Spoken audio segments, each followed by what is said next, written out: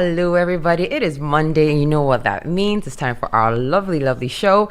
I'm Benya Briggs McKinley, BB, and as always, I will be your host. We have an incredible show planned for you today. All the usual news, politics, history, everything. But even more, we have an incredible guest joining us today. We will be speaking with the incredible Joy Stephen, a Nigerian-born medical student at the University of Dundee. Joy came to Scotland after escaping the war in Ukraine, and she made her way down here. She's shown remarkable resilience in overcoming challenges of relocating across countries, enduring the impacts of war, and pursuing her dreams of studying medicine in the UK, not just the UK, but in Scotland. Her journey reflects a deep passion for medicine and a commitment to helping others. Joy was speaking to us about her incredible journey so far, starting over in Scotland, her resilient spirit, and her plans for the future. I cannot wait. She's joining us remotely as she's a very, very busy medical student, so she'll be in the library of the University of Dundee. Try not to make too much noise. So sit back, relax, enjoy the show with us. If you have any questions you'd like to ask Joy or comments or anything you'd like to ask or find out about her journey, you're very welcome to call the number 0141 530 2787. That's 0141 530 2787. And just join her. I mean, she's right here. She's live. She's ready to answer questions, or you can give your opinions or some accolades if you like. And as always, you can join us on all the other social media platforms: Twitter, Facebook, YouTube, wherever it is you get your social media. All you have to do is type in the three magic words Jambo, Radio, and Scotland, and you'll find us across all platforms. You can leave a comment if you're shy to call in live, and we'll read your comment out live on the air. So, all that being said, it is time to start the show. Welcome to the show, Joy. Welcome, welcome, welcome. Hi, thank you for having me. It's an honor. It's our honor to have you because, we cannot wait to hear about your story and everything about you. Before we start, could you just introduce yourself? I know I did a bit of an intro earlier on, but can you introduce yourself to the listeners? Hi, my name is Joy Stephen. I'm a Nigerian studying medicine at the University of Dundee, and I'm very passionate about medicine, and I love to dance and draw in my spare time. I like the combination. I like the dance. Oh, fantastic. How is Dundee today, by the way? What's the weather like? Oh, it's not too bad actually. Okay.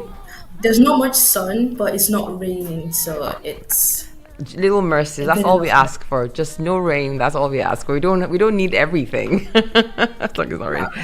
Right. So Joy, tell us a little bit about yourself, about your journey to Scotland. So you were born in Nigeria, and did you go to study in Ukraine specifically from Nigeria? Yes, so I went to Ukraine to study medicine after high school in Nigeria. Because I applied for medicine in Nigeria, but you know how the system is, so I got anatomy instead of medicine. And that wasn't your dream? No, it wasn't. I mean, anatomy is a good course, but it wasn't what I really wanted. So my parents decided that I might as well go to Ukraine since the school fees are pretty much the same. So why Ukraine? Was it because of the fees? Or was it? Did you hear that medicine is good in the medical schools are good out there? Well, I think it was a mix of both. So the school fees was pretty much the same as the private unis in Nigeria, and we've heard a lot of stories about people going to Ukraine to study and them coming out as really good doctors as well. Okay. That makes perfect sense. So you headed out to Ukraine. You plan to be there for a few years, and then what happens? So I went to Ukraine when I was 16. So it was, I think it was a lot, just like learning a new language and being in a completely different environment by myself, and then coupled with studying medicine and making new friends and all of that. And I think I was finally getting into the groove of things in third year. So that was 2022. And one of my friends was talking about some rumors she'd heard that, after the Olympics, what's it called? That Putin might invade Russia. I'm sorry, invade Ukraine. I was like, no way. You didn't take it seriously. Yeah, exactly. So none of us took it seriously. And then one day my dad phoned and he was like, "You have to come back home now." And I Oh my thought he was God. overreacting because no Yes. one else was going home at the Yes. time. So I was like, trying to put him off, but he stood his ground and made me book a ticket for the following Saturday. Uh-huh. And so I came down to Dundee because my mom was here at the time. Mm-hmm. Mm-hmm. And literally like a week after that happened was when the war The started. And it invaded. just, yeah, and it just took me by surprise Oh my because God. no one was expecting that to So you happen. managed to escape just before everything went down.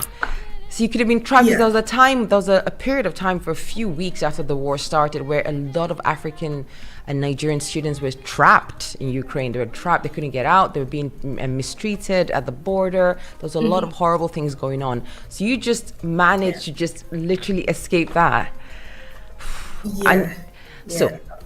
so you made it to Dundee. You were in your third year already in Ukraine at that time. And then what happened? Yeah. What did you have to do? So I don't know if to say luckily or what happened was like little while after the war we continued online classes. Okay. So most of my lecturers were still in Ukraine Okay. and we're having classes on Microsoft Teams. So I Okay. managed to finish third year online, I Okay. think at June or July. And then I took a gap year because Okay. I just needed to try to figure out what to do next. Do I Your want to head. continue online? Do I want to transfer to a different uni? And things like that. So I took a gap year and then I luckily got a place at the life sciences in Right. University of Dundee All to right. get work experience as a lab technician because I Okay. had little to no practical experience in Right. medicine Right. just because of Yeah, because you have, COVID and now the yes, war. yes, and then the war. So did you have to Yeah. go back to, did I hear right that you had to go back to secondary school for a little while? Oh, yeah. Yes, How I did. tell me how you can be in third year, finish third year of medical school in one country and then have to go to back to secondary school in another country. Oh, it was a lot. It was a lot. Like when I told my friends, they were like, "Why are you putting yourself through all the stress just for medicine? Like, do you Because you love have a medicine?" dream. If you have a dream, you have a dream. Yeah. Yeah, because so I'd applied to medicine in Scotland twice already, but the first time I did it, I didn't have much knowledge on how the system works for applying Yes. to medicine. Right. And then the second time, I didn't know I had to write UCAT. Oh my So God. the third time, I done IELTS and UCAT, done all the exams as much as possible, and then my Uh-huh. mom was like, "Oh, I think you should do hires as well." And I didn't want to because there was no guarantee that I would Right. get admission Right. to hires. So I just did it. And the time she mentioned it, most of the colleges had already started their hires program. So it was too late for me to join in. My. So my mom stumbled across Saturday School Limited Mm-hmm. Mm-hmm. and I signed up for that because it was perfect for me. Like I would still be able to work and then I Mm-hmm. can self-study at the same time. At the same time. But given that I live in Dundee and Saturday school is in I was in Glasgow, it meant Glasgow every coming back Saturday. and forth every Saturday Tell to just get. tell us for those of the listeners who might not be familiar with Saturday School, this is a perfect example now to use to promote, not just promote Saturday School, but promote to them what they could gain from Saturday School. So what exactly is Saturday School? Right. So Saturday School is a private learning institution. So they offer like tutoring for National 5 hires, and recently they've added on some advanced higher courses as well. Wow. So it's perfect for people that are still in high school that might need like extra classes or like one-to-one tutoring, and it's also perfect for people who are out of school and need to go back to do That gap. one or two qualifications. Yes, Yeah, exactly. yes, yes. And I think recently they've added the option like instead of going back and forth to Glasgow, you can do online tutoring. Wow. So I think that's quite handy as well. Right, And right. they've got a couple of extra courses you can take alongside. Like I think there's a level 7 certification you can do, and it's a leadership kind of course that's perfect on your CV for Right. jobs or just for even getting into uni. University. So would you say Saturday school was really handy, right? Really instrumental in getting you the qualifications you needed to get back into medicine? Oh yes, they were a godsend because like I I wouldn't have I don't think I could have done as well as I did in hires if not for Saturday school. Just Right. because like there's a massive difference in the exam style questions from Yes. to hires, and Yeah. me coming in with like zero clue of what the The hires UK exams are like. system, yes. Yeah, so Saturday school was, and they're very helpful as well. Like I can always send an email to Graham, oh I'm struggling with this, or you can always email the teachers, and they're always happy and ready to help. Fantastic. And would you say there were a lot of minority ethnic kids there as well? Was it, quite a few non-Scottish children there as well, gaining from Saturday school? Yes, I would say so. There were a couple of mixed people from different backgrounds. There were a couple of Africans as well. I think there was one person from Spain. There were a couple of Americans. Just a good mix of A good different mix of people from people. different cultures. Fantastic. Yeah. So, why? What is your why? Why medicine? Why? Why medicine? Has it been something from when you were really little, or was it, why medicine, and why were you so insistent on finding your way back to medicine? So, like when I was writing my personal statement, I think the beginning of my story is a bit cliche. My mom made me read "Gifted Hands" by Ben Carson Oh when I Lord, was Ben very Carson. yes. So I read that book. I was like, oh my gosh, this is amazing. I want to be a doctor. But then, also called getting into medical school and like actually starting the course, I really admired the work that doctors do, and was when I was almost finishing high school, my grandma fell really ill, and I think it was an end of life kind of illness. So there's no cure, but I really admired what the doctors did Did because for they made her. sure she was very comfortable towards her Right. end of life, and they also Right. carried us as along as a family and let us know what to expect. And Right. I just found that very Inspiring. inspiring. Yeah, thanks. I found it very inspiring, and so so that boosted Wow. me to go into medicine. But even after the war, because a couple of my friends have switched courses, so some of them are not Yeah. doing medicine anymore. Anymore. Even after the war, I'm very compassionate about making sure that people live healthy lives, and I'm very compassionate about helping people who are going through. Very passionate, particularly about psychiatry and mental health. Okay. And yeah, I'm interested mostly in how like diet and lifestyle plays an important role in mental health, Okay. alongside with medication and things like that. Okay. And have you thought about what you want to specialize in when you finish studying? Is it going to be psychiatry? Yes, although it might still Ah! change because it might still change, but for now, my heart is set on psychiatry. And that's a good thing because a lot of us in our community, in the African community, in the black community, and the minority ethnic, we don't really we might have these problems, but we don't really seek out help. I mean, it's changing now with the new generations coming up. You guys are a bit more open about your mental health needs and all that. But a lot of Yeah. people in the community don't really seek out that help. So if there are people like you and other therapists who are willing to offer that service, and they see people in those positions who look like them, they might be more inclined to share their problems and better their mental health. Do you think so? Yeah. Yes. I think it's very important to have representation in the medical field, Yeah. especially like see like things like dermatology.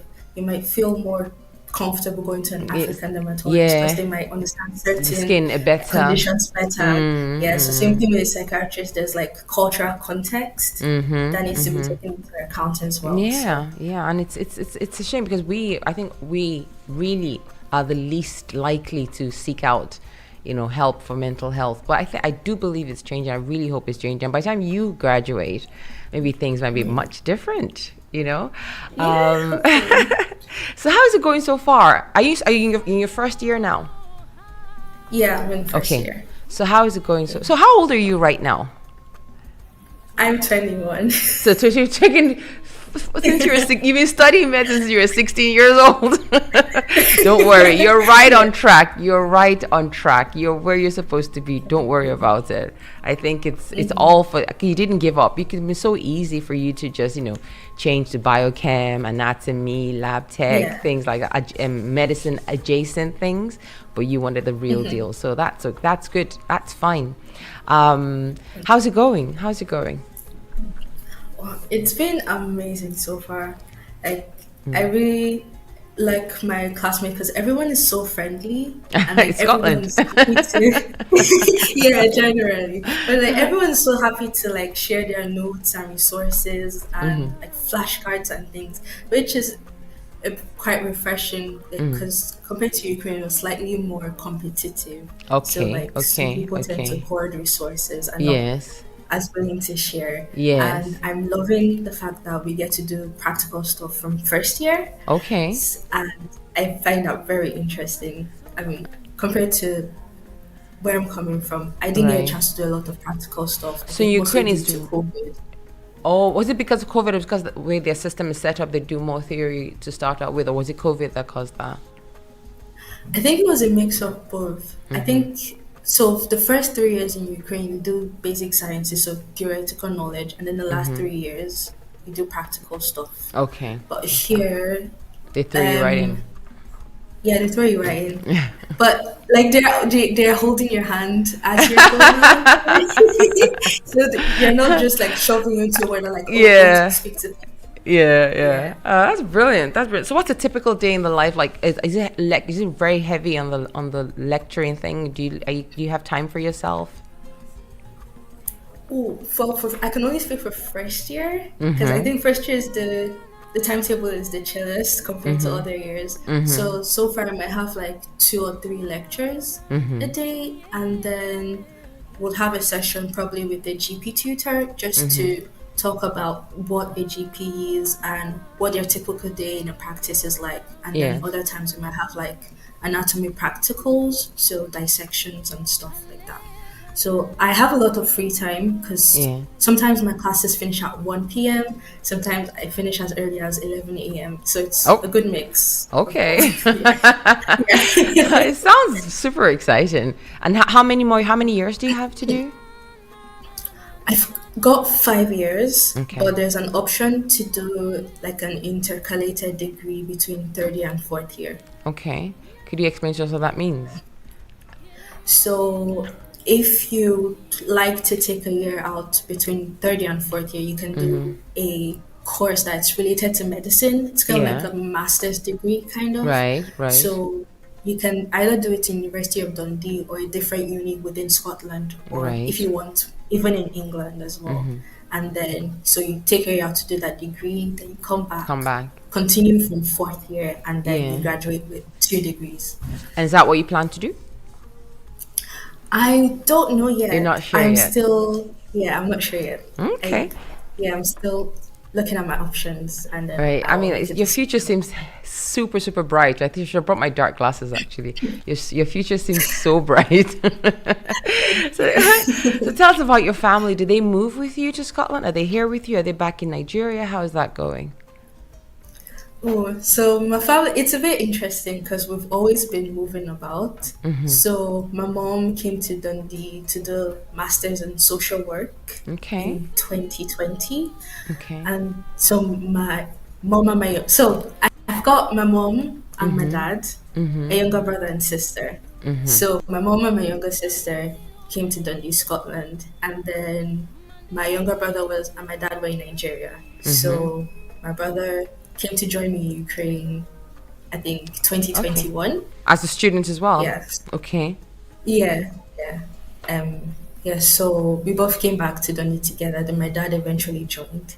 So when I came to Dundee 2022, my mom got a job in Orkney. Oh my God. So What? She yeah, knew there were we jobs all in got a Dundee, job. right? It didn't have to be Orkneys, the Orkneys, right? No. That is far And away. I know. So everybody moved up to Orkney, but I stayed in Dundee for my work experience. Right, right. So yeah, my So family is up so in where is Orkney. everybody? They're all in the Orkneys now. Yeah, well, my Oh, wow. brother's just started at St. Andrews this month, so Okay, all he's right. 30 So he's minutes coming away, back. but the rest Yes, of them yes. are, That's yeah, incredible. A yeah. Nigerian family in the Orkneys. Okay, all right. Yeah. How many Nigerians are there in the Orkneys? Well, my mom was saying the other day, like, they're about 30 now. Because I No. think, like, when they first arrived, they were just like a handful, but over Yeah. time, they're starting to increase. So they've Wow. got like this group chat going Wow. on, and my mom's like the grandma of the Ah, city. that's incredible. That's incredible. We should do, Baron. We should um a show up there. What do you think? Yeah, you tell me the time and the day, We'll so take we all have a our coats plan. though, our winter coats with us. Oh, please do, like your It's gloves and everything, yes, I the can't imagine full how gear. cold it is. But Africans being Africans, we're resilient, and that leads me to my next question about your resilience. So, where do you think, how resilient do you think you are, and where do you think you got that from? I would say part of it comes from my faith, and part of it comes from my mom, because she really, her heart's desire was for me to continue medicine here in Scotland. Like, she didn't want me to be far away. And after the first 2 times I applied and it didn't work out, I started looking elsewhere in Europe. Yeah, But yeah, she kept on encouraging me and pushing me to try one last time yeah.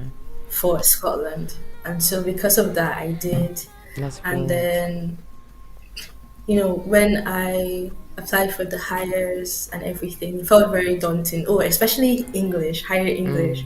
Oh my Wow. God. That was Why? a very Why? huge. Because you done WIEC in English and WIEC, right? So why was that hard on Yeah. here? Oh, mostly because it was more of interpretative reading Right. and Okay. writing, which we didn't do a lot of in WIEC. It wasn't Right. something I was used to, Right. especially like writing a folio and set text. I struggle with those two. Like, I find IELTS exam fine, but I struggle with those two.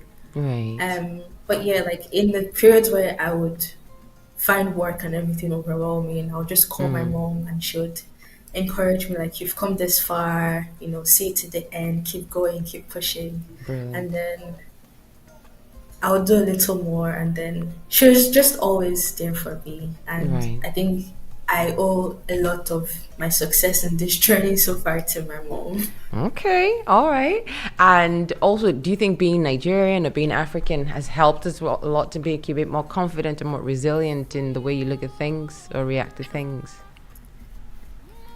Yes, yes, I would say so. I would say so. What you said just reminded me of something.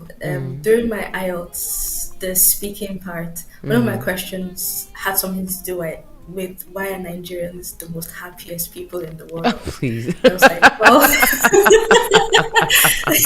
like we're always like jovial We're and still the oxygen in the hyper. room.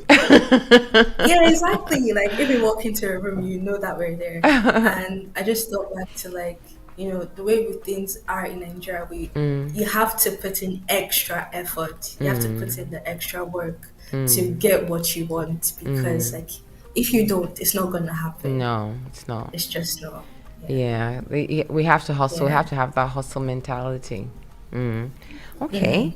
Yeah. And so, I mean, what's your advice to the young people who are listening to you right now, who might be going through harder times or confused about what they're going to do or haven't gotten what they plan to and want to give up? What's your advice to them? Well, I think one of my favorite saying is, like, you never know until you try. Like, go for what you want. Don't let anyone stop you. Like, try and find out, and always ask for help as well.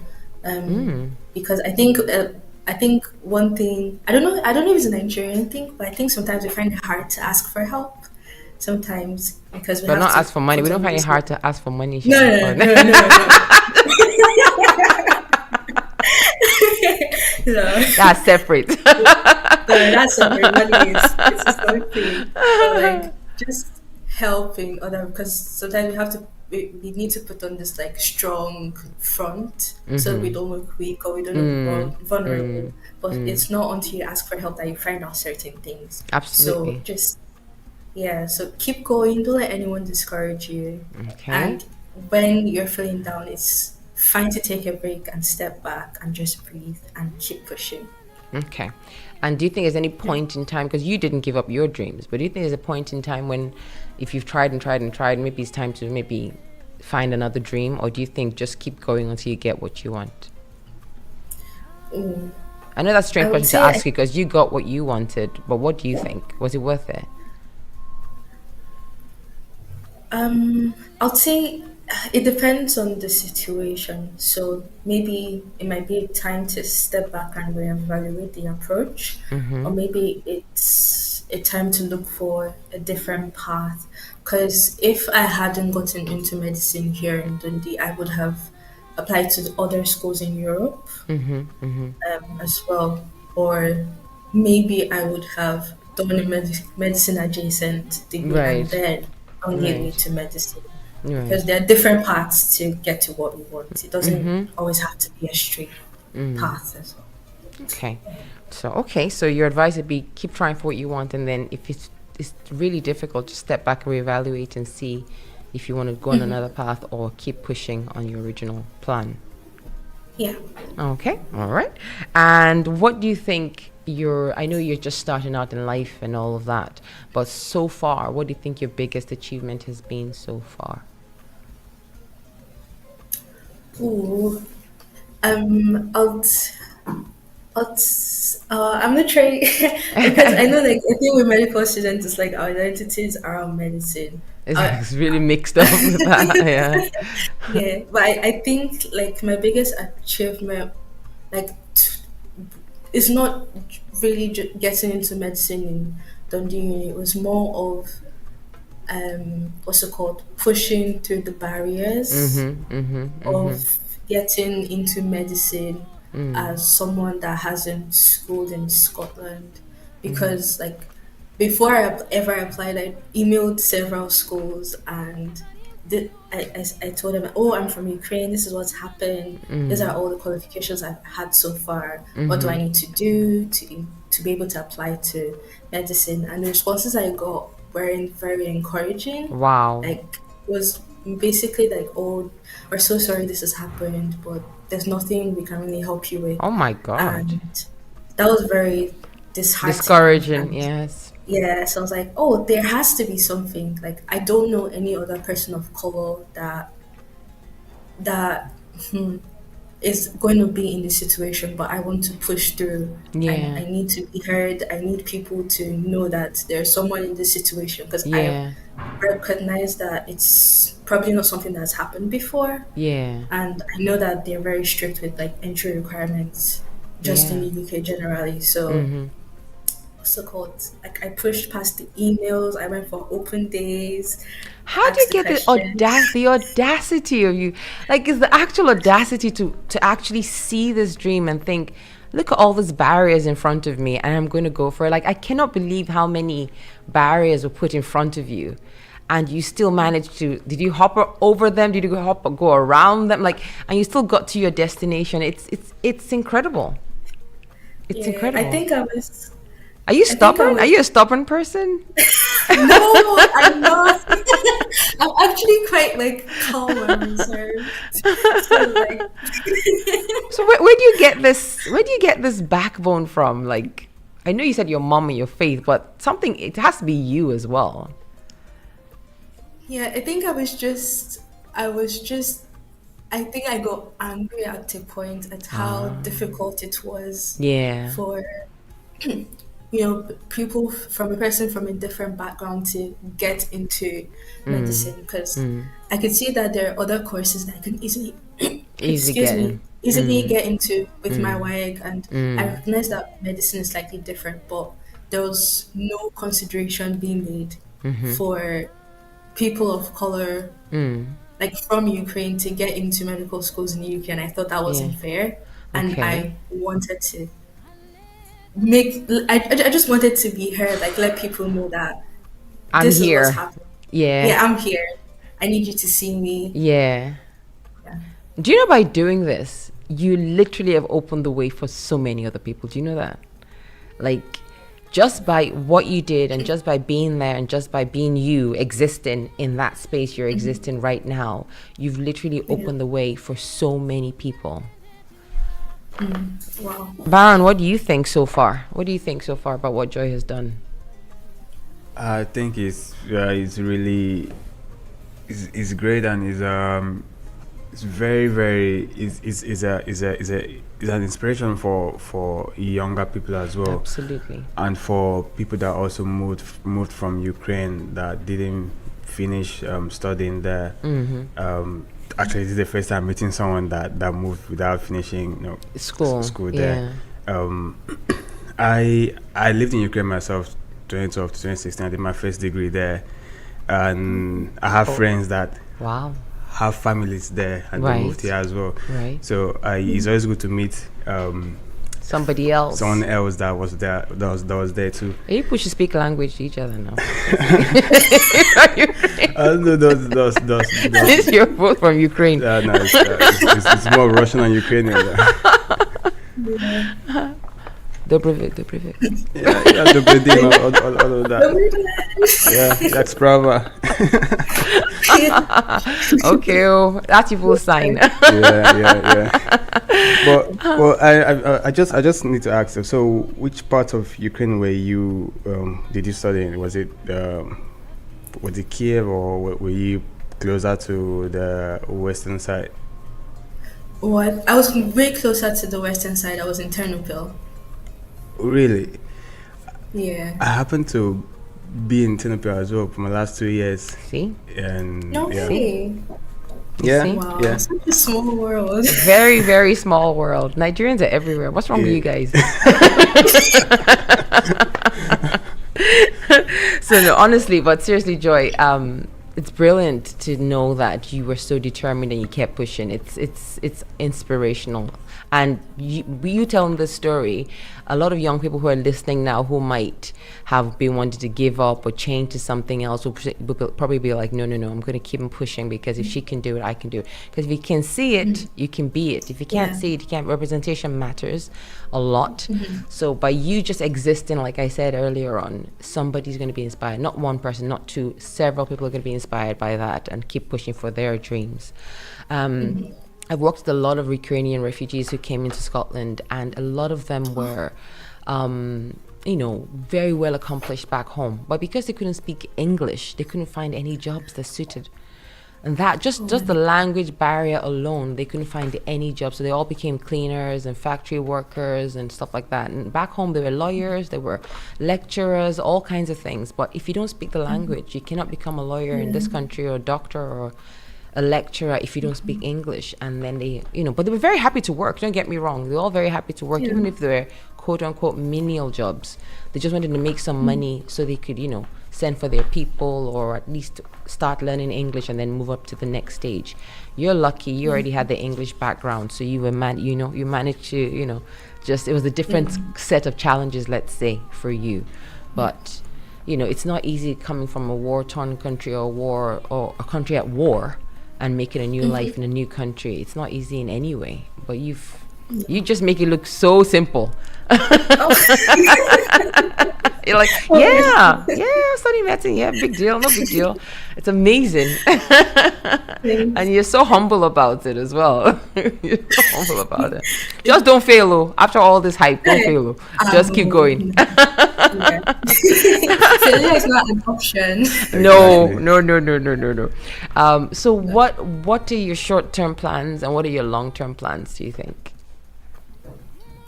Oh, I'd say my short-term plan is, so like, I know I'm just in first year, but I'm looking to see what other kinds of experiences I can get. Okay. So I'm planning for a couple of internships for next year summer. Brilliant. Hopefully those go through. And I think for my long-term plan, I would like to go for more conferences Oh, brilliant. held by the Royal College of Psychiatrists, just Okay. to like talk to people that are already psychiatrists and see what And their see. experience Mm-hmm. are like, what advice they would have for me, Mm-hmm. what things do they wish they knew earlier as medical Mm-hmm. students, and things like Okay. that. Okay. And do you see yourself living in Scotland, we hope, and giving back here? Yeah, Good. yeah, I love Scotland. Oh, great. Yeah, We need so more people like you. We need more people like you. So, I mean, you could go back to yeah. Nigeria and probably make a killing, open a hospital and stuff like that. And because, but I think we need you here in Scotland as well. We need you here in Scotland. Yeah. And do you plan to give back to Scotland at some point? Like, give of your time, of your work back to the country? Oh yeah, definitely. Because Scotland has done quite a lot for me and my family. So I'd love to go. I'd That's love to give back wonderful. to the community. That is wonderful. So I usually ask this of all my guests, and it throws them off a little bit, but let's see. So, what are two things about you that people who know you might not know about you? Oh, two things about me. Like, do you have any People secret who, talents, secret experience, any experiences they might not know you've experienced, things like that?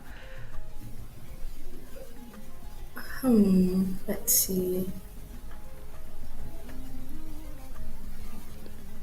Oh, Say for I'm example, trying to think. I've had people say, "Oh, I can play the piano, or I can do a backhand flip, or I can, I've been to Brazil, or things like that." The things that people might know. Oh, I didn't know she could do that. Okay, I think I've got one. Uh huh. Um, yeah, I'm not sure if it's a talent because yeah, I can put my foot like back Over and your back head. and touch my head. Yeah, Huh? I don't It's a think. talent. It is. Yeah, I think it's more for party trick Wow. maybe. Wow. Yeah. Okay, that's one. Medical student. Um, yeah. And then the second one, let's see. What would the second one be? Oh, what's it called? Like I would pick pounded yam over poundo any day. I feel like Duh. pounded yam is like pasta. I'm It sorry. doesn't. How is that a conflict? There's no conflict there.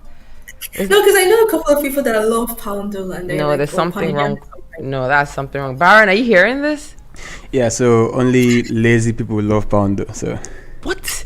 Yeah, it just I'm doesn't this. taste the same. It's not pounded yam. It's like pounded yam stand in. It's just a stand in. substitute Yeah, it yeah, is a substitute teacher. So Yes, exactly. It's not the main guy. exactly. So this is not even an argument to be made. Ha. No, it would have been more controversial if you said you like poundo better than pounded yam.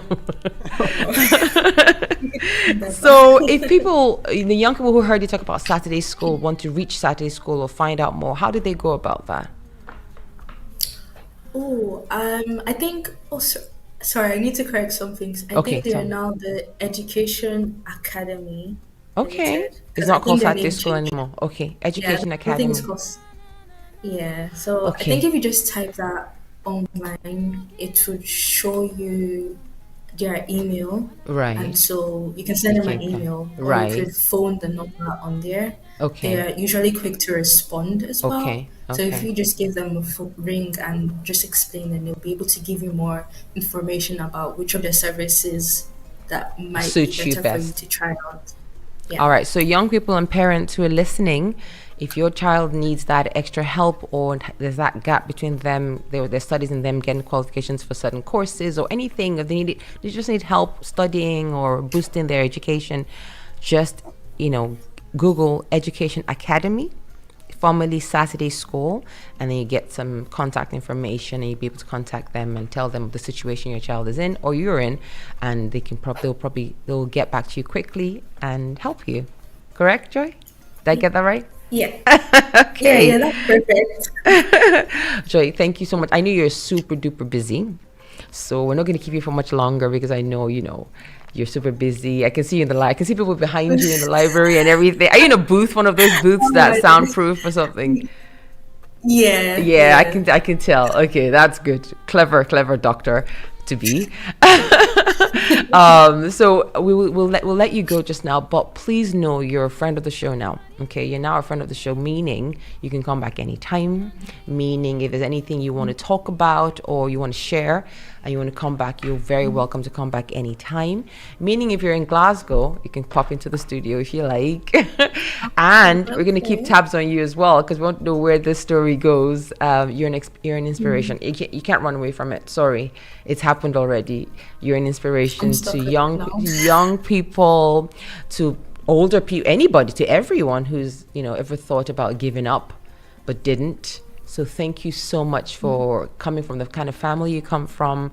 You're blessed to have your family and your mom supporting you, but also that core within you that said, no, I'm not going to give up. I'm going to keep going. And you got your goal. Now you got what you wanted. Now you have to actually do the work. But you've got you on the path you want, and we're very proud of you. We can't wait to see where you are in a few years' time. So come back anytime. Thank you so much for being on the show. Thank you so much for having me. This has been such a great privilege. That's at all. And we have your song. It is G. I tried to pronounce it the way it looked and I couldn't. And I realized it was An Endless Ocean. I'm such an idiot. So it's An Endless Ocean. That happened to me. I was trying to say Anderson. I'm like, what? Yeah, I thought it was like a French word. Yeah. My friend said an endless ocean. So thank you so much, Joy. We'll see you on the other side and we're going to play your song just now. Have a wonderful day and good luck with everything, all your projects. Thank you so much and have a wonderful day. Bye, Joy. See you later. This is G by An Endless Ocean, and that was the amazing Joy Stephen. Joy, we'll see you in 2 minutes on the other side.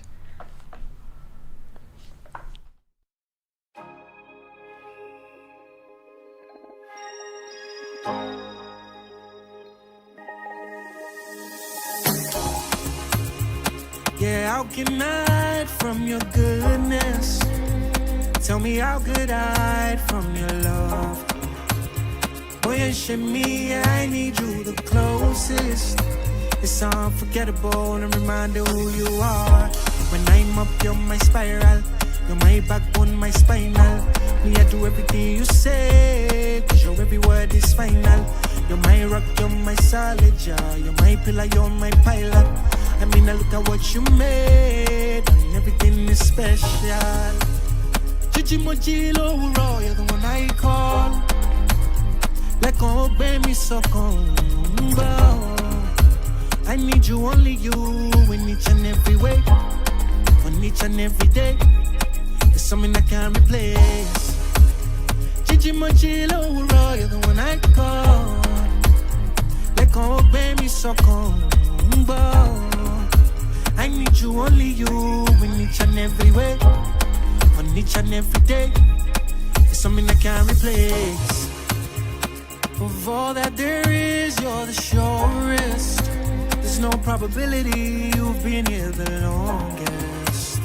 That in my telori, keep at that say you're the highest. There's no contest, no matter who you are. When I'm up, you're my spiral. You're my backbone, my spinal. Me, I do everything you say, cause your every word is final. You're my rock, you're my solid, yeah. You're my pillar, you're my pilot. I mean, I look at what you made, and everything is special. Gigi Mojilo, you're the one I call. Like, oh, baby, so come. I need you, only you, in each and every way. On each and every day. There's something I can't replace. Gigi Mojilo, you're the one I call. Like, oh, baby, so come. I need you, only you, in each and every way. On each and every day. There's something I can't replace.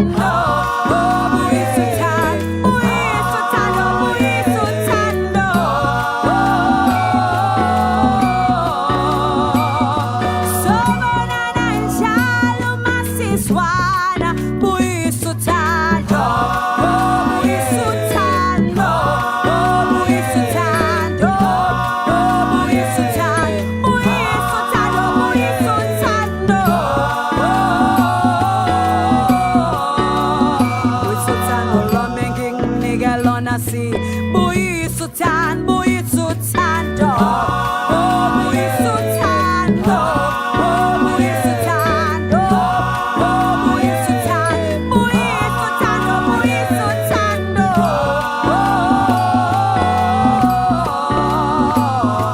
sono nananjalo masiswana buyi sultan do buyi sultan do buyi sultan do buyi sultan do buyi sultan do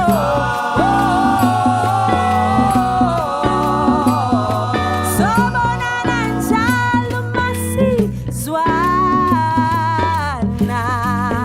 hey buyi sultan do non chego pe lesi pilangalo che di senza si e bambi l'incega bantu oi oi oi yeah poi sultano let poi sultano let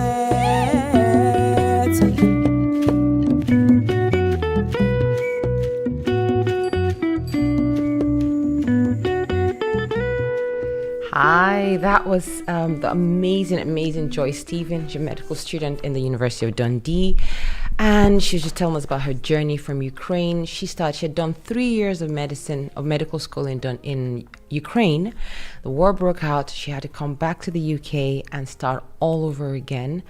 Go back secondary school more or less, do her hires, and now she's in the first year of her medical school here in Scotland at the University of Dundee.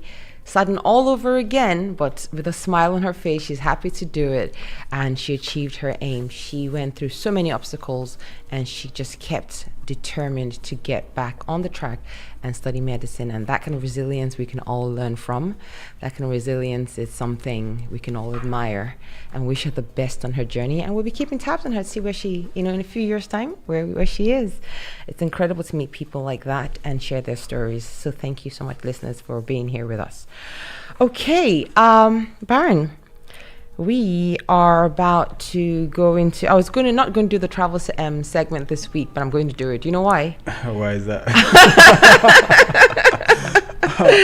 Well, it's a very interesting country we're focusing on this week. Yeah. Okay, so when I saw it, I was like, okay, what a time. What's the combination, the timing?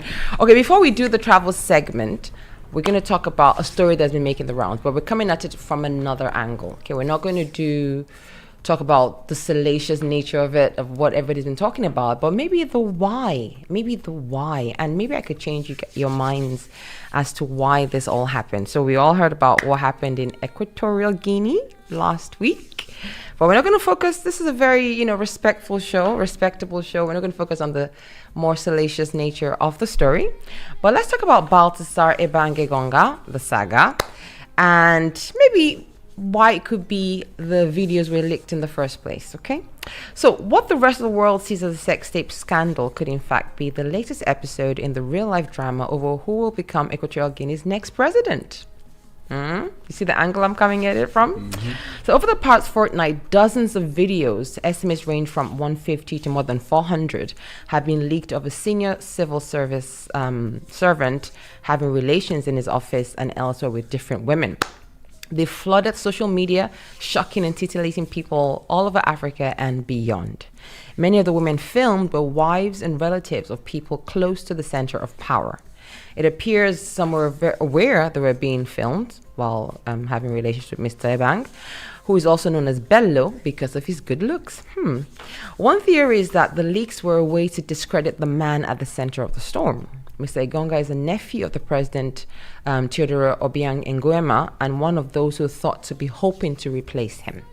Obiang is the world's longest serving president, having been in power since 1979. Politics in Equatorial Guinea is really about palace intrigue, and this is where the scandal involving Mr. Egonga fits in. Well, he was the head of the National Financial Investigation Agency and worked on tackling crimes such as money laundering, but it turned out he himself was under investigation. He was arrested on 25th October, accused of embezzling a huge amount of money from state coffers and deposited it in a secret account in the Cayman Islands. He has not commented yet on the accusation. So Mr. Egonga was taken to the infamous Black Beach prison in the capital, Malabo, where it's alleged that the opponents of the government are subjected to brutal treatment. We don't know. We cannot confirm that. That's alleged. His phones and computers were seized, and a few days later, the intimate videos started appearing online. They were then downloaded onto people's phones and shared among WhatsApp groups in Equatorial Guinea, where they caused a storm. Mr. Egonga was quickly identified along with some of the women in the videos, including relatives of the president and wives of ministers and senior military officials. My goodness. The government was unable to ignore what was going on, and on last week, the vice president gave telecom companies 24 hours to come up with a way to stop the spread of the clips.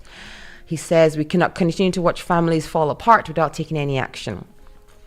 As the computer equipment was in the hands of security forces, suspicion has fallen on someone there who perhaps sought to trash Mr. Egonga's reputation ahead of trial. The police have called on women to come forward to open a case against Mr. Egonga for the non-consensual sharing of intimate images, and one has already announced that she's suing him. And what is not clear is why Mr. Egonga made the recordings. But activists have put forward what could be other motives behind the explosive leak. Okay, here's where it gets interesting. As well as being related to the president, Mr. Egonga is also the son of Balthazar Egonga Ejo, the head of the Regional Economic and Monetary Union, CEMAC, and very influential in the country. So what we're seeing is an end of an era, says San Cristia, who is an Equatorial Guinea activist living in London.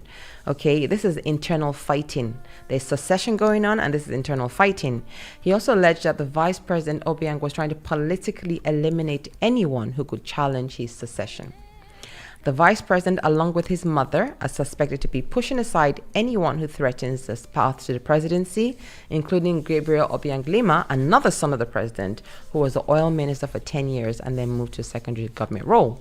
So those in the elite are thought to know things about each other that they would rather not be made public, and videos have been used in the past to humiliate and discredit a political opponent. You see, Baron? It wasn't about having relations in the office. It was just about political intrigue. They don't want him to be president. That's all. Yeah. Yeah, so I think whoever lets someone else's private affairs into the public should be the one that will be on trial. Okay. Not him himself. He did his thing. Everyone. He's going to be on trial for corruption, separate. Yeah, okay. His own thing for corruption, that's fine, but for this, that's his private life. Even though when you're in a public office, or you don't really have private life, but he's done his own rubbish. I think it's the scope. I think it's the scope that has taken people by surprise. Because if it was one or two things, it's a sex scandal, one or two women in the office, that's a bit dodgy, a bit tricky. Why would you do that? But 400? Yeah. 400? Yeah. 400? It's not looking good for him. I mean, at some point that becomes an obsession of some sort. 400, and they're married, mostly married women. Like there are no single women in Equatorial Guinea. None. There's no single woman. Nobody's unmarried that he could see. He only saw married women, and then women who are related to the president and to the VP and to ministers and to all kinds of high-powered men. Was it some kind of trip? Was he on a power trip? Maybe targeting those. Going after those women. I think only he has the answer to that. It sounds like it. Yeah. And then. Come to find out his wife, let's leave that to the side. Yeah, so at this point, whenever I open my X or Twitter, there's more. I'm seeing there's more. Iban, I'm like, come on. There's more. But, our angle today on the show is that it could be that his enemies were trying to discredit him so that he would have no chance of going for the presidency. No chance at all. Because if the VP is trying to clear the way to make sure once the president, steps down or passes on, he gets the job. And this guy's a good contender because he seems popular, he's handsome. Excuse me. Yes. Yes. So he's trying to discredit him before anything happens. So it could be that that faction sent out, leaked those videos on purpose. Excuse me. Excuse me. Leaked the videos on purpose, Yeah. So that's you need to go in, not just painting him for his things, but who actually made the videos public. That person has to be held accountable as well. They're never gonna find them. Excuse me. Yes. I'm so sorry. They're never gonna find them. They're gonna do some investigation, but when these things happen, I don't think they're gonna find them. But I wish him the best of luck. I don't want to talk too much about the actual videos, and because I think it's been shared online, and I didn't watch anything. Heaven forbid. The damage has been done already. Yeah, and it's just the scope of it. 400 videos. 400 videos, and he's half the time he's in his actual office. Yeah. I mean, I did know Equatorial Guineans were like, they went down. It went down like that in Equatorial Guinea. I had no clue. It's been done now. It's gone international as well. I saw a clip from a TV show in the US where they actually discussed it. My God. It was a discussion, and then they're making jokes from it, like.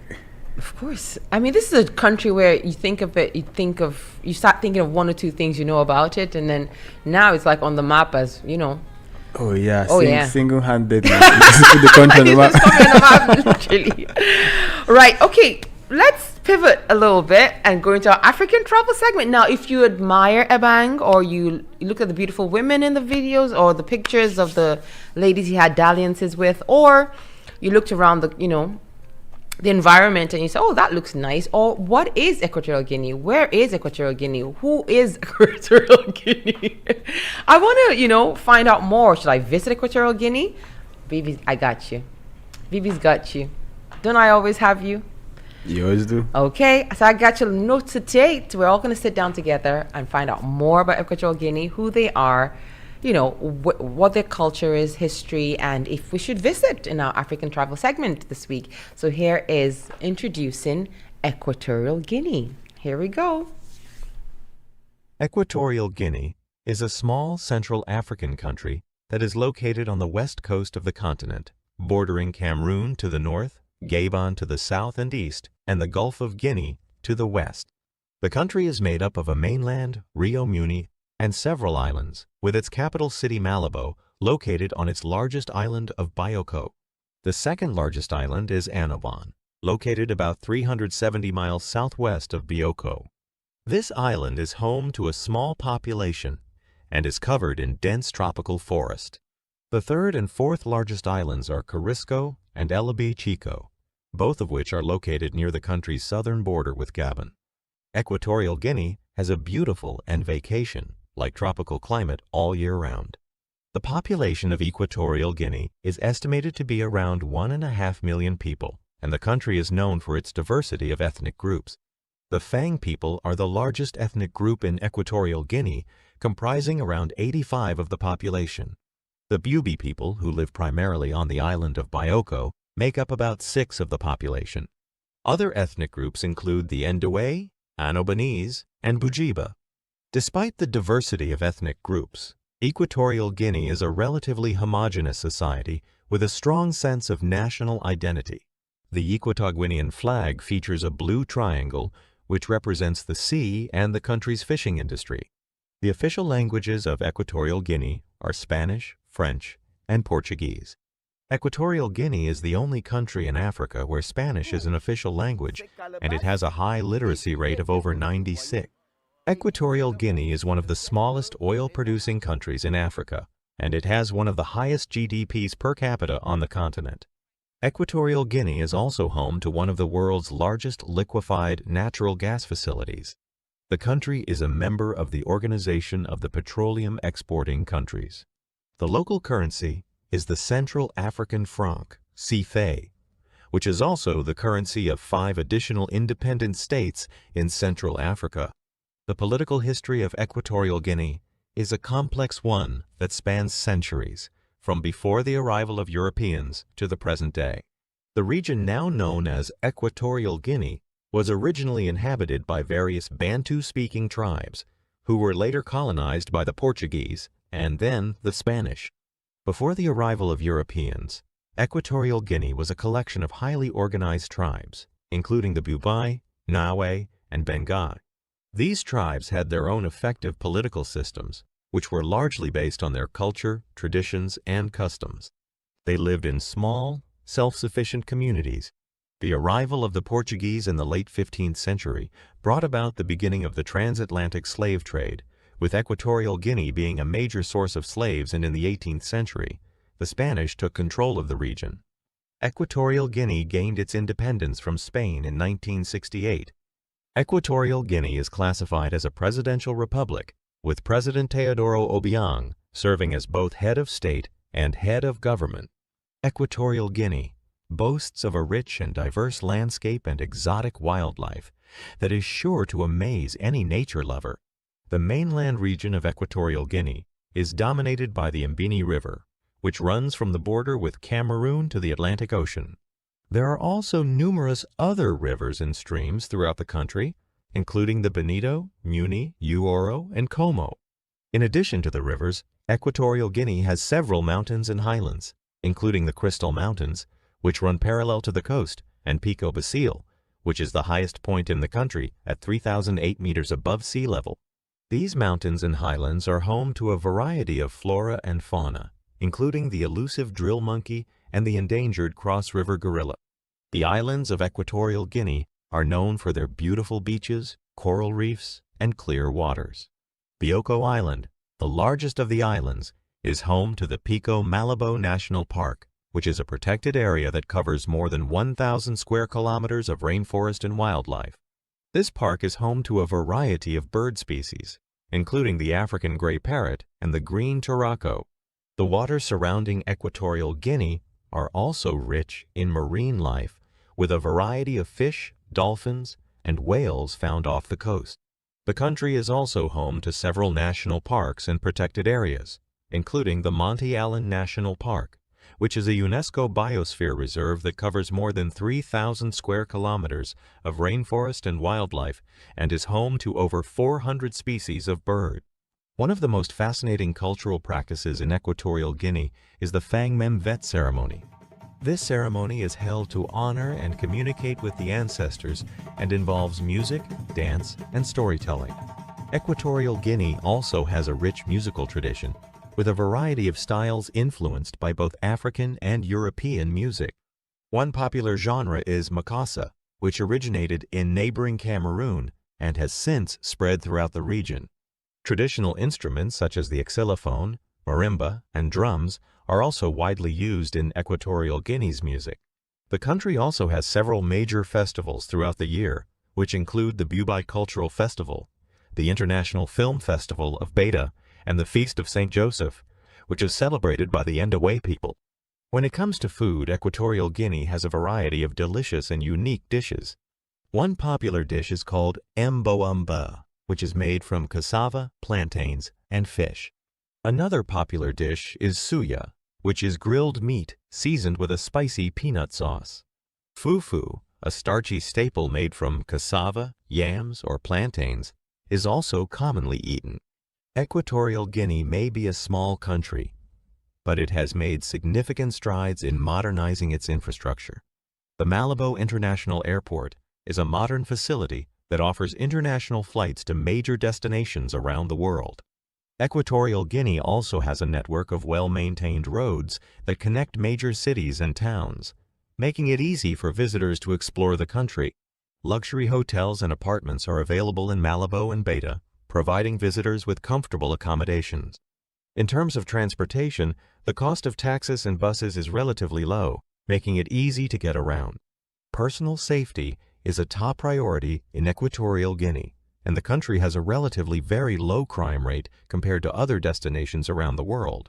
With its modern amenities and commitment to safety, Equatorial Guinea is a great destination for travelers looking to experience Africa in comfort and style. All right, so there we go. Now you know all about Equatorial Guinea. Baron, what did you learn?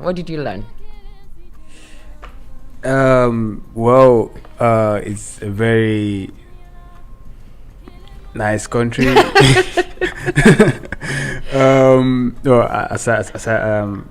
let's put the controversy aside. It's a very beautiful country. Yeah. I would like to visit because it's quite close to Nigeria. Yes. During my service here, I had a student from I served in a my PPA was a secondary school, so I had a student from Equatorial Guinea. Really? Yeah. What were they like? It was alright. She was just calm. But she went back after studies. Right. Yeah. Well, I just find having 3 official languages a bit strange. I think Cameroon has 2. Yeah. South Africa has 6. 6. Yeah.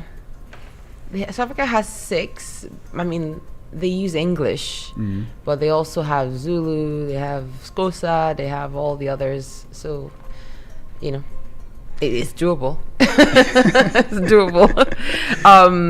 Like their national anthem in South Africa is sung in 6 different languages, but it's one. It flows into one. In Nkosikelele Africa, the song it flows like nothing, but it's 6 different languages interwoven throughout the song. So if you can do it in one song, you can definitely do it in different regions. Yeah, true. It's doable. True. Sorry, tell me. And then the food as well, it seems very a bit similar to ours. Yeah. I don't want to say Nigerian influence, because I don't know who very first, but yeah, they say. No, Hausa suya is a northern food, so okay, it has made its way down.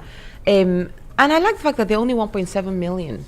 In the country. That's incredible. Yeah. That means resources can go around, but then if you have a president who's been in power for 45 years, where the resources going to be stuck with the elite, and then there'll be poverty on the bottom. It's a shame. But if you want to visit it, you now know where to go. You now know what to expect. You now know what it looks like, what their culture is like, their languages, as well as the food and the atmosphere, the climate, and all of that. So enjoy. Keep booking. Start booking your next holiday to Equatorial Guinea. Yeah, just don't go near people's wives. Yeah. Just I think that.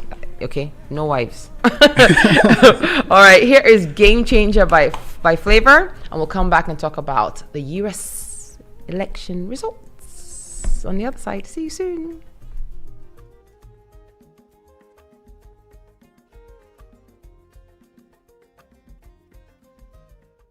The emperor, the conqueror, the champion, the lion is here. Zobu, zobu, enyimba, master. Toya dike, nenu dike. Toya dike, nenu dike. Iye jamara dike ruenu, ebwe chenjigo. Iye jamara dike ruenu, ebwa dagarigo. Omarunga basi, oneme kasi. Omarunga basi, onapya kasi. Ebube DJ, ibe likekwe. Wani manaria, achaluko dike. Clear the road for Musabi. Step aside for the game changer.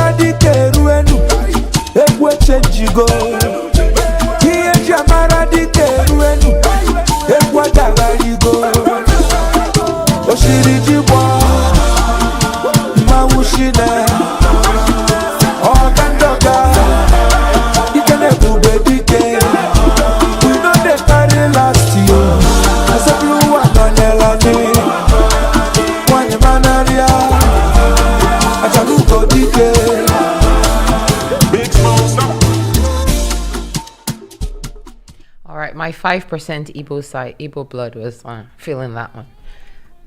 So my kids have calculated that they are 0.7775 Igbo. They've calculated it. How? What was the formula? So, you know how much? So my mother's grandfather was Igbo. That's it. So my mother's grandfather was Igbo. So when you break it down to her, and then my dad, and then my husband, and then my kids. So my kids have calculated how much Igbo blood they have. Wow. I think it's pretty incredible. We can claim. All right. So, okay, I'm going to try and keep my cool for this one. I was on telly last week and I realized I never smiled one time when I was talking about this particular topic. So I'm going to try and remedy that here today. So the TV camera was on my face and I was talking and I was not smiling the entire time. Didn't even realize until I watched the playback. So let's try not to do the same thing here today. So I'm going to start by smiling. All right, it's time for this week's African Spotlight. And every week we focus on the good news or interesting. You see, it's not always a good news or interesting story from that diaspora or for the continent or someone doing amazing things in the community. We're going to tie that round now because today we're shining our spotlight on the African reactions to the US election results. The African reactions, okay? So Donald Trump has made a major political comeback. I'm smiling. 4 years after he left the White House. Many African leaders are now looking forward to working closely with the president-elect Trump and strengthening ties between their countries and the US. Ethiopian Prime Minister Abiy Ahmed was one of the first of African leaders to congratulate Trump on his victory. He said, "I look forward to working together to further strengthen the relationship between our two countries during your term." Zimbabwean President Emerson Mnangagwa expressed his country's willingness to collaborate with the new U.S. administration, saying, "Zimbabwe stands ready to work with you and the American people to build a better, more prosperous and more peaceful world." Nigerian President Bola Tinubu said, "Together we can foster economic cooperation, promote peace, and address global challenges that affect our citizens." Also in South African President Cyril Ramaphosa said he was looking forward to continuing the close and mutually beneficial partnership between his country and the U.S. Also in South Africa, Freeman Bengu, the national director for the SPS party, said he was happy that Trump had won because he has the same ideology as South Africa in terms of borders and illegal immigration. That didn't take long, did it? "It gives us a backbone. It gives us more strength to also fight the issue of illegal immigration here in South Africa," he added. Eric Matthews, a resident of Johannesburg, said poverty was rife in South Africa and hopes Trump's management of the U.S. economy will have a positive knock-on effect on the value of South Africa's currency, the rand. Many Africans seem optimistic about Trump's win. Other Africans have also been reacting to the results of the U.S. election on social media. Most have said it's a great win for the U.S. and that Trump will end the world's ongoing wars. Others, meanwhile, said the victory occurred simply because Trump didn't have a better opponent and that Americans are not yet ready to let a woman lead the country. Before Kenyan President William Ruto reacted to Trump's victory, the country's impeached Deputy President Rigathi Gachagua posted his congratulations on Twitter. He called the win one of the greatest political comebacks of our generation. Having lost his seat as VP only 2 years into office, there are rumors that Gachagua is looking to make a political comeback, and Trump, who was impeached twice during his first term, could be something of an inspiration. However, with Trump's win, African countries are also concerned that the African Growth Opportunity Act, AGWA, will not be extended after it's set to expire in 2025. Okay. Analysts have said the renewal of AGOA, a U.S.-Africa trade pact, which allows duty-free, quota-free access for African exports to the U.S., may face significant hurdles under a Trump administration, given his previous demands for increased market access for U.S. goods. Other leaders from across Africa also offered their congratulations to Trump and shared hopes that the new U.S. president will keep up engagement on the African continent. Trump inspires mixed reviews on the continent, having riled up some by calling African countries a derogatory name in his first term. and being viewed by others as a kind of strongman leader. Steve Grotz, a political analyst with the South African Institute of International Affairs, said that Trump did not pay much attention to Africa in his first term and doesn't expect that to change. Africa is not going to be a priority for the second Trump administration by any measure. I don't think we should expect too much. I think we're going to see a world that has a very different USA in operation, and African countries will have to decide how they deal with that. Okay, let's talk, Baron. We're not going to litigate anything, or we've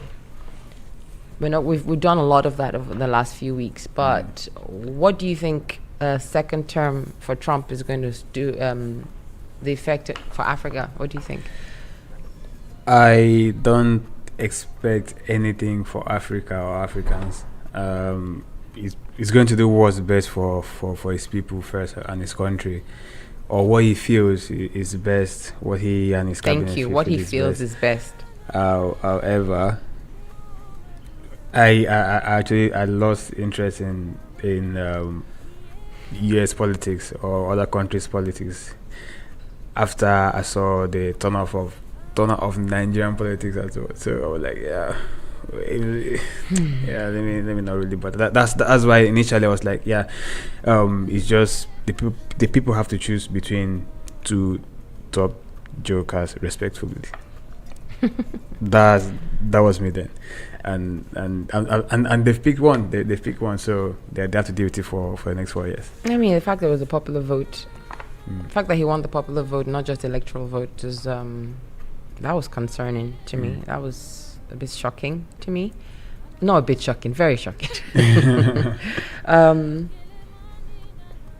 Oh God. Yeah, for me it wasn't shocking. It wasn't shocking. I mean, it's extremely shocking to me. I mean, I got over it quickly because once I saw he won the popular vote, I was like, okay, that's what they want. That's what they want. Yeah. It's not one thing to say, well, it's close and this and that. Kamala ran the campaign. She was only given 100 days to get herself together. Joe Biden dropped out really late in the game, and she had to pick up the baton and start running really quickly. They did what they could do. But if people see the guy and see someone who is a convicted felon, who is a convicted, he has judgment against him for rape, he's very crude, he's very rude, and all the things. We know all the things about Trump. If they saw all of that and still decided to vote for him, then I'm taking a step back. It's not my problem. Yeah. It's Americans' country. Americans' country is their country. It's their president, their leadership, their political process. If they saw everything and still decided that's where the direction they wanted to go, then there's nothing to be said. Yeah, and then the last week I've been seeing people cry on social media. Oh yeah, he's gonna take away our rights. Mm-hmm. And hating on people for voting who they choose to vote for. It's election. You can't force people to vote for your own choice. That's true, but people are surprised because certain groups who he has targeted, insulted, talked down on, threatened, like the Latino population, for example, the threats that have been made about deportation, mass deportations. And yes, you could be a legal migrant voting for him as a Latino person, but in your family you're going to have aunties, uncles, brothers, sisters, all sorts of people that are not documented, right? So voting for him when he's going to be doing mass deportations, like voting against your own family's interests, so to speak. So people are a bit surprised when they see that kind of trend. Arabs for Trump, gays for Trump, groups that he has specifically insulted and threatened voting for him. It's a bit of a mind, it's a bit of a mind wobble for some people to get around it. But then some people, one man's meat is another man's poison, right? People see him as a disgusting, rude person. Other people see him as a strong man. I don't know how they do that. I'm being honest with myself. I don't know how they look at him and see that, because I see someone who's like pretending. And then the people, for me, it's not just him. He is who he is. People admire him or not admire him, whatever, he is who he is. But it's the people he surrounds himself with. Those are the people. That's where my concern lies. the kind of people he's going to bring into the administration, Yeah. all the lies that have been told, but that new thing of making a statement, it turns out to be wrong, and you don't walk it back, you don't apologize or retract it, you just stand on it. No matter, even when there's proof that what you're saying is wrong, you still stand on it and leave it up. That mentality has now become entrenched. It was impossible 10 years ago, but now it's fully entrenched, and that's what he's ushered into the U.S. political system now, and it's quite sad, actually. But let them have their fun. If that's who they want and that's who they voted for, then that's fine. All right, question for sorry, Baron, you have something to say? Yeah. Just want to add that the man is a man. He might have his ideas. Some might be good, some might be bad, but yeah. No, Baron, you're reducing things. Because what happens is that with time, we start to forget. Okay, Yeah. Things have happened over the last 10 years. So many things have happened. We're thinking only of this campaign, and now he did. You start to forget all. If you start counting all the things, January 6th alone, 4 years ago, end of story. Someone that can rile up his fellow countrymen to go and attack. You understand? Attack Congress who are trying to certify an election. That alone, he should never have been let anywhere near the democratic process ever again. He should have been a pariah, shunned. And he was shunned for about a week or 2 or 3. Even his fellow Republicans were like saying, this is terrible, what he's done. Nobody. And then the narrative started changing again. And suddenly it was not impossible to imagine even the idea of him running again. That was like almost an impossible thing. If we were there for January, February 2020, Yeah. that would have been an impossible idea. But with time comes, the shock becomes less, our barriers go down, and and we start imagining things again. If you think about, the way he didn't go for the inauguration of Joe Biden, the way he left the White House up, he was a complete pariah.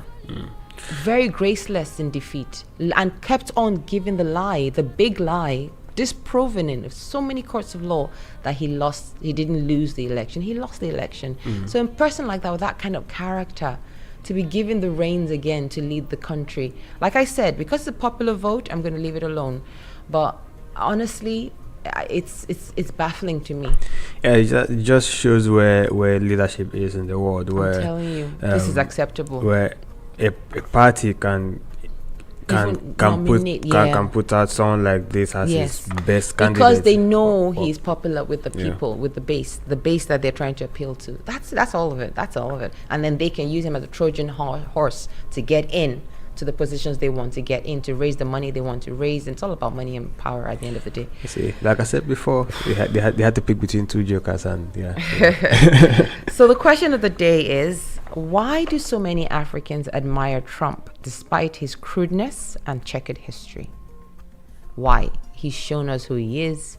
He rambles on the campaign trail. He's shown his crudeness, his rudeness, and then all the criminal history, and then the Central Park 5, the women who have allegedly been abused by him, the insults to women, all the things he has shown us. Why do so many Africans still admire him and see him as a strong man? So if you have any idea about that, please feel free to call 0141 530 2787, 0141 530 2787. In the meantime, we're going to have a palate cleanser. Here is Cough by Kiss Daniel. See you soon.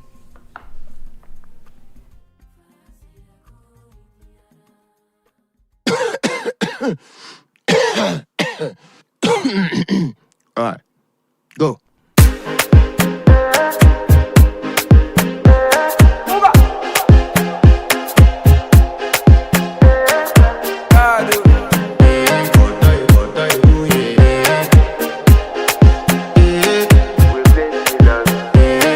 To flex my love, I want to impress, and I want to carry my love away to a place she loves. I'm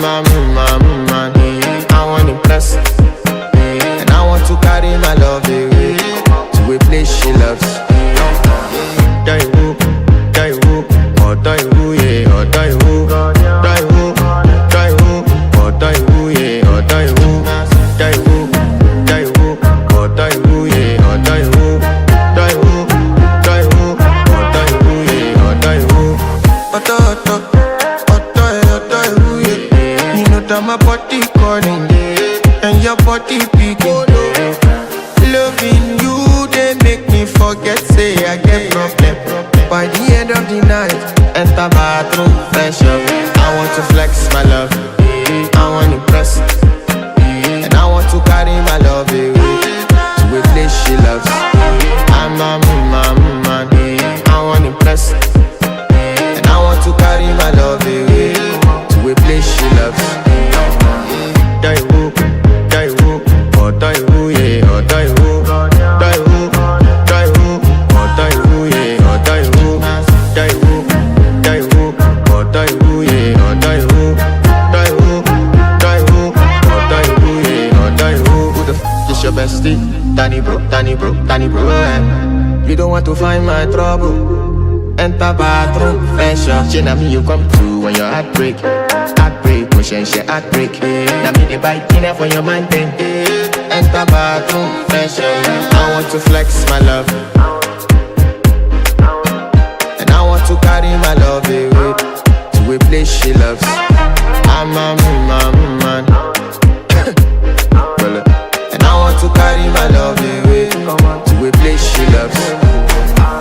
Die woo, oh die woo, yeah, oh die woo, die woo, oh die woo, yeah, oh die woo, die woo, oh die woo, yeah, oh die woo, die woo, oh die woo, yeah, oh die woo. I want to impress. Yes, by the end of the night, enter bathroom. All right. Before we move on to the next section, let's just go back to African Spotlight. We're talking about African reactions to Trump winning the U.S. elections. Came to the conclusion that it was the popular vote. Therefore, the people have spoken. That's what they want, and therefore, democracy has done its job. I still don't 100% know where Byron stands on this, no matter how many times we talk about it. But I was quite surprised because of the way his campaign was run, and the crudeness of things and the messaging and the fact that he's a felon. And January 6th, I thought Americans will be done with all of that and be turning the page and getting somebody new and somebody fresh. But they've spoken. That's what they want. But my question for the day was, why do so many Africans admire Trump despite his crudeness and his checkered history? Why do so many Africans? Because on the morning of the election, I remember Larry Madowo from CNN was talking to a lot of Africans. They were like, yeah, he's great, he's a strong man, go Trump. Even after the election, did you see some of the not protest? What's the opposite of a protest? When you go to the streets to jubilate, you're not protesting, but you're happy. Was it like a victory thing? Yeah, a rally. What do you call it? When people are on the streets, Probably that. Yeah, it happened in the north. It happened in Igbo land, and people were like, "Yay, go Trump! Trump won! Go Trump!" Yeah, Trump I saw a music videos. I think someone in North Nigeria actually sang like to support Trump. Like he released a music video. Unbelievable. And then they were like, and then the Latinos were singing, I will vote for Donald Trump. and the dance as well. Vote, hey, for Donald. I was like, all of you, there's 6 of you in the band now. When he comes to deportation, there'll be only one person in the band singing, I will vote for Donald Trump. It's like turkeys voting for Christmas. Unbelievable. But you know what? Like I said, popular vote. So, let's come back. Question of the day. Why do so many Africans admire Trump despite his crudeness and his checkered history? And that's just keeping it very, very simple. That we could expand that quite well. So the number to call if you have any opinion, a comment on that, or you want to answer the question is 0141 530 2787. You know what to do. Or leave a comment on the Facebook page or the YouTube page. We're monitoring that right now, and we'll let you know.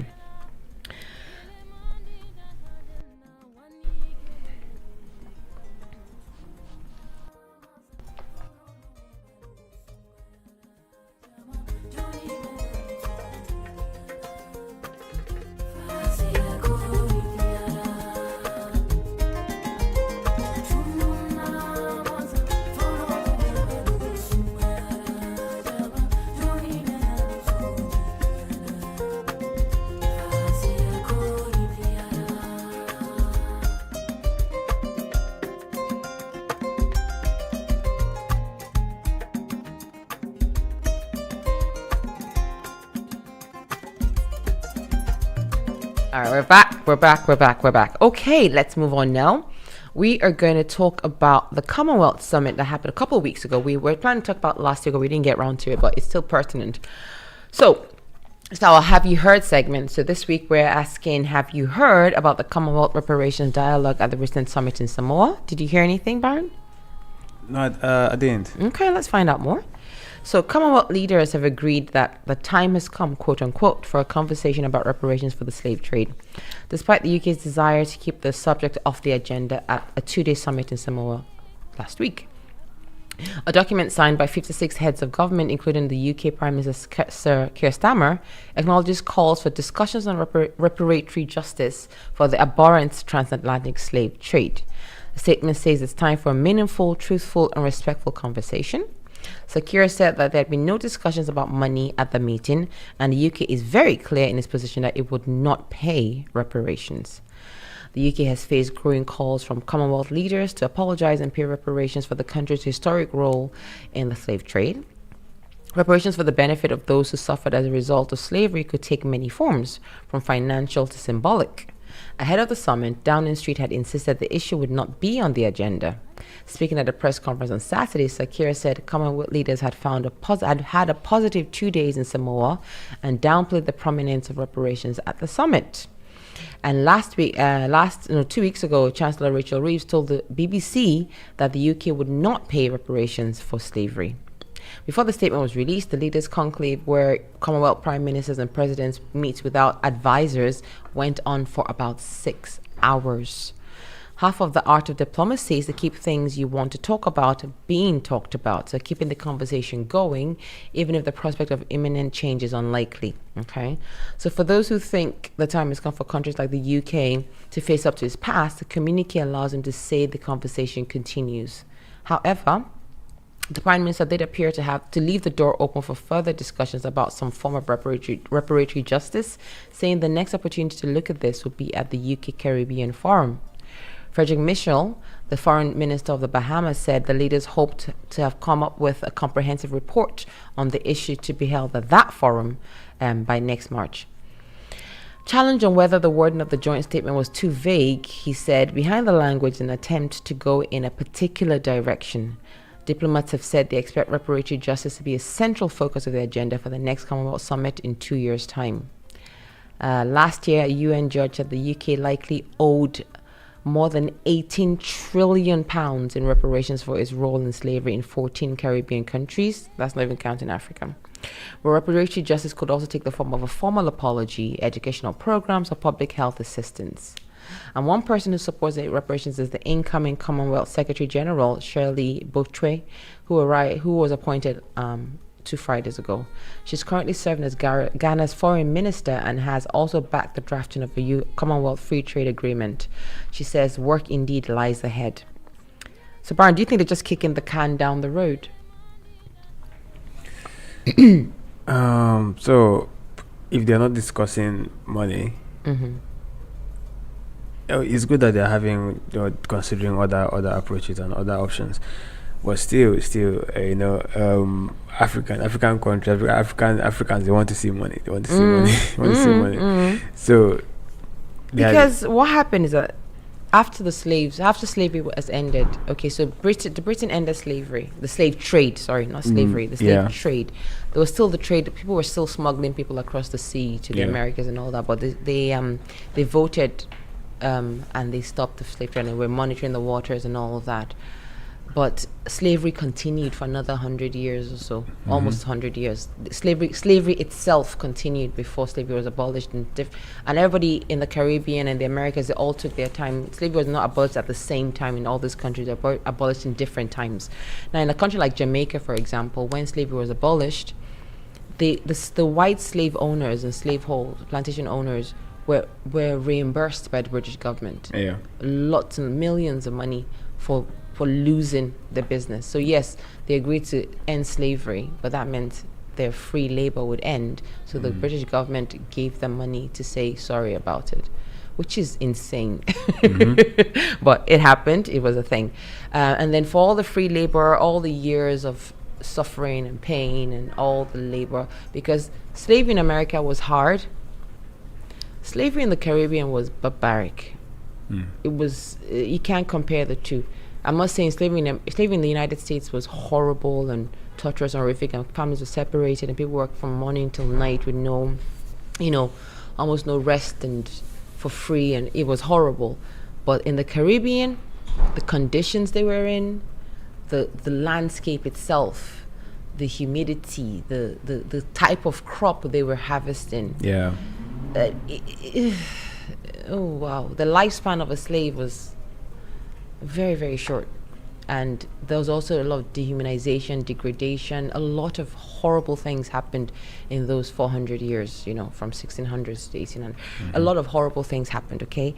So for them to reimburse the slave owners, and for all the free labor that led to so many dynasties now, companies and companies that have legacy, sugar companies and all kinds of companies that are established in the UK right now. Yeah. They're the beginnings of those hugely successful legacy businesses came from slave trade, a lot of buildings you see, a lot of stock exchanges in the West, and all of that. The basis of a lot of that. I'm not saying they didn't have things before slave trade, but the basis of a lot of that came from the Caribbean, and the slaves from the Caribbean came from Africa. So you cannot divorce it. Yeah. It's all linked. So they're difficult conversations to have, but they should be had. There are people who are going around on right-wing channels saying, "Oh no, the Caribbean and Africa should pay reparations to Britain for for developing their countries and bringing."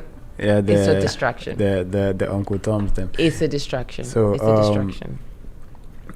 So as you're talking, I was also thinking about the idea of not giving money directly, because where would it go? Is it just going to go straight to someone's pocket?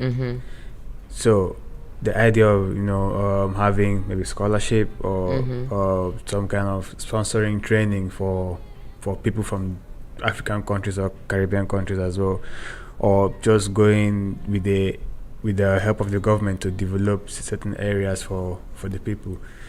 So I think it's a good option to explore instead of just giving money. And but why is it so hard? Why is it so hard? Because after the Second World War, Germany reimbursed the Jewish people, the Jewish survivors. Germany is reimbursing Namibians for the atrocities they committed there. Yeah. This is not a new idea. So why is it difficult why is it different in this case to say this is the amount of money that you guys probably made, over the centuries you were enslaving people and torturing people and using their blood and their sweat, okay, and now your own countries are developed and prosperous based on this is how much you owe. Why is it just give the government the money, or have some kind of commission? Yeah. So have some kind of commission set up that will look at the per capita per person, look at the people in the rural areas or whatever, and then divide it in such a way, and then have an oversight committee maybe, rather than just give the money. Yeah. So if you do that, let's say it's 100 million, for example, and say, okay, we are going to use half of this to execute projects in the community with the aid of the government, then that is fine. Maybe the other half you can give it to the government, but there have to be some kind of accountability. Where is this money going to? So whoever you're giving the money to has to come back and report to you. Oh, but there's nobody better in organizing things like that than the British, is there? That's their work. Yeah, that's true. The original civil servants. A lot of bad things happened. A lot of bad things. I mean, when I say bad things, I'm just using such a word to cover so many atrocities. Even if you think of India alone, all the things that happened that went down in India, in the British Raj. Where do you start?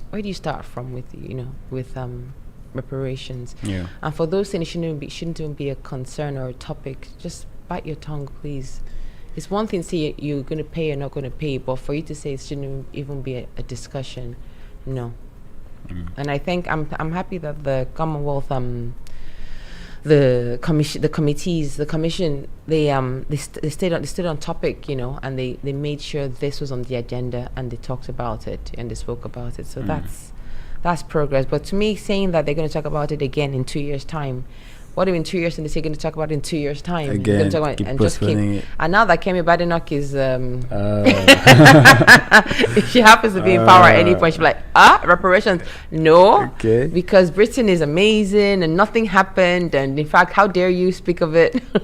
We'll see then. So as much as we're grabbing colonies then, so now it's time to pay up. No, they're like, no, nothing ever happened. How dare you even talk about it? No, we should pay them. We should pay them. All right, guys. So if you have anything to add to that, if you have a different opinion from us, from Baron and I, please feel free to call the number you see on your screen, or I'll just say it out: 0141-530-2787. That's 0141-530-2787. And here is a song, Kush and Angels by Kush, an oldie but a goodie.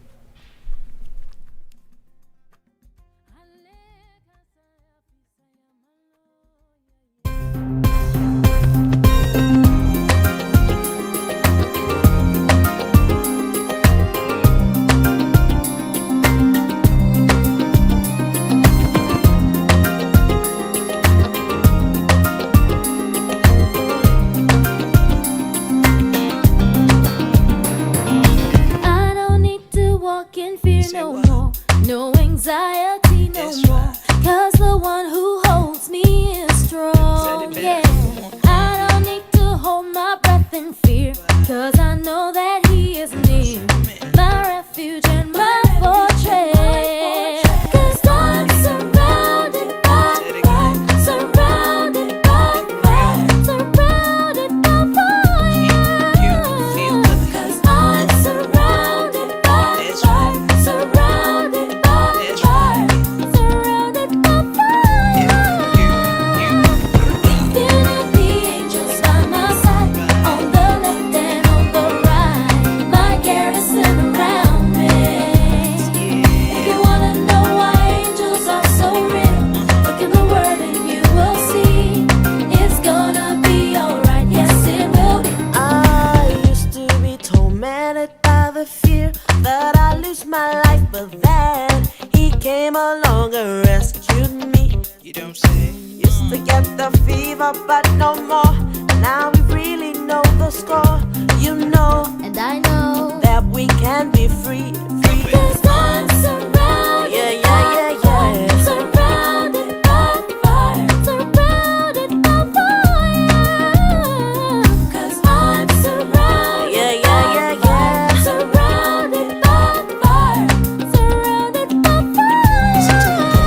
If you knew.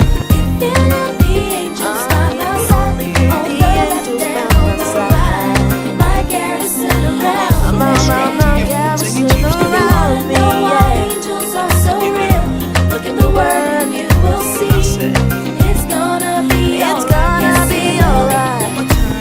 Feeling the angels by my If you side, only knew on the left angels and by on my the side. right, my garrison around me. They my garrison If you around wanna me, know why yeah. angels are so real, My, look in the word and you will see. It's gonna be It's alright. gonna Yes, be it will alright. Break it down. I'm surrounded by fire, fire, What? fire, fire. I'm surrounded by fire, Like that. fire. Can't touch, can't Touch this, hold this, try to miss this, hold this. Beautiful, beautiful Angels by Kush. Wow, that was a blast from the past. Right, I'm going to put Baron on the spot right now. Baron, I'm going to give you 10 questions. African capitals. You have to answer all 10 really, really quick as well. Ready? Okay. Sierra Leone. Freetown. Go. All right. Central African Republic. Pass. Bangui. Bangui. Okay. Right. Cape Verde or Cabo Verde. Pass. Praia. There's no way I'll get that. Algeria. I can't remember. Come on, try. It sounds like the country. No. Algiers. Algiers. All right. You never prepared for this ever. Senegal. Dakar. Ah, thank God. Okay. Côte d'Ivoire.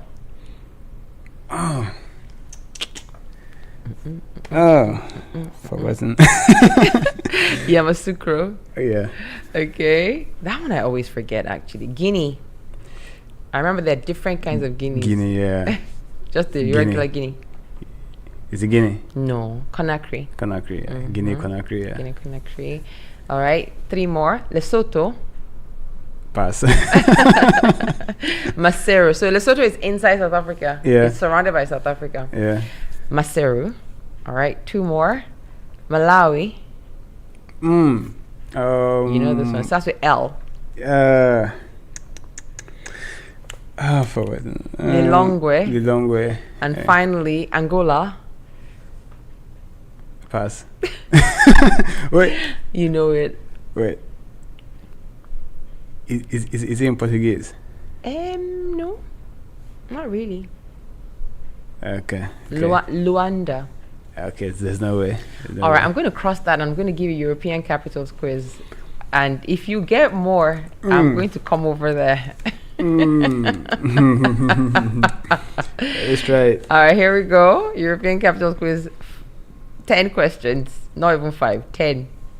I think you got 3 in the African one. Okay. Okay, let's see how many you get in this one.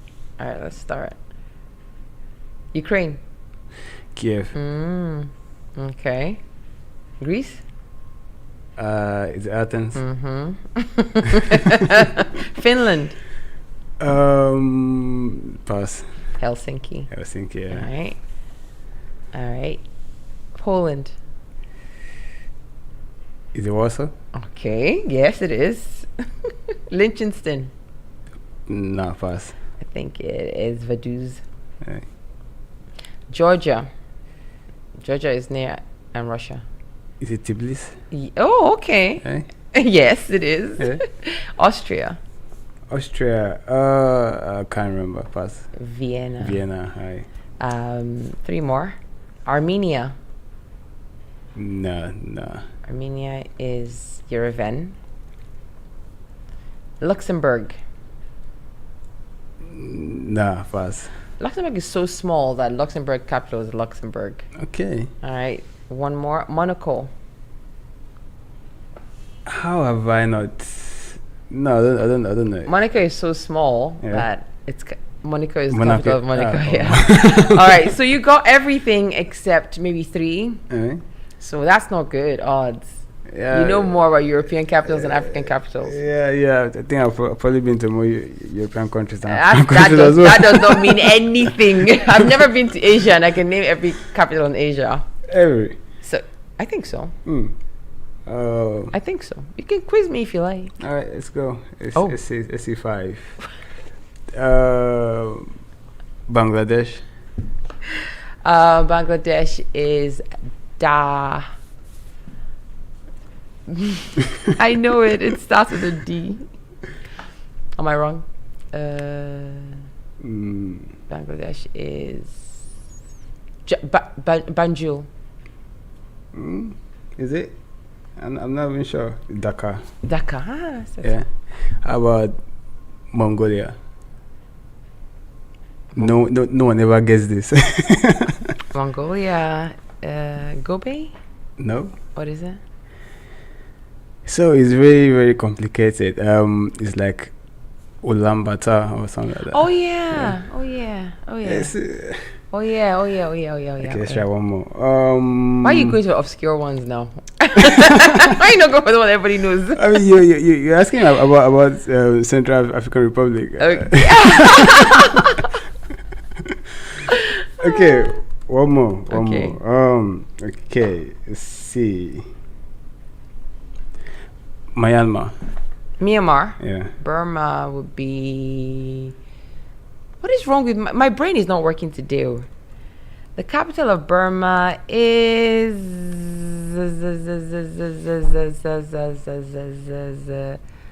Naypyidaw. You sure? Naypyidaw. Is it not?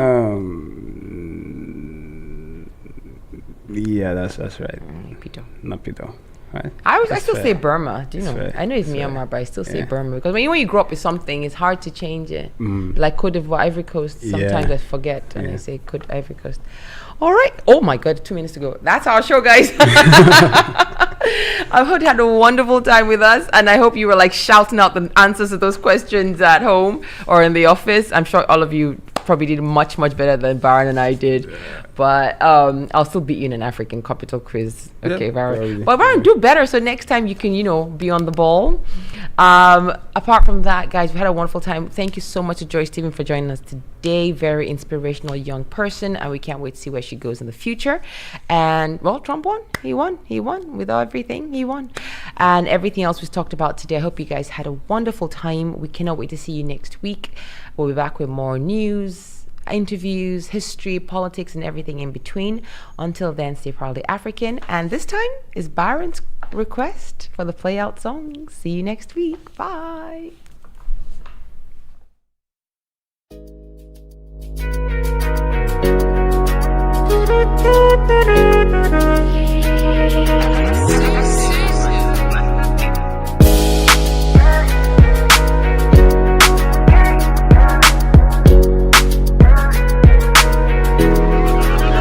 I just want to deal with. I just want to die. I just want to live my life. Oh, yeah, remember. I just want to deal with.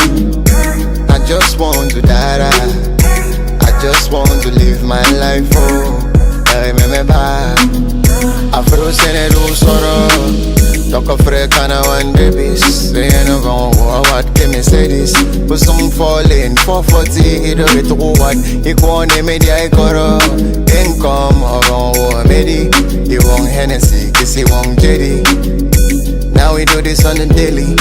And the ladies, it's young boy.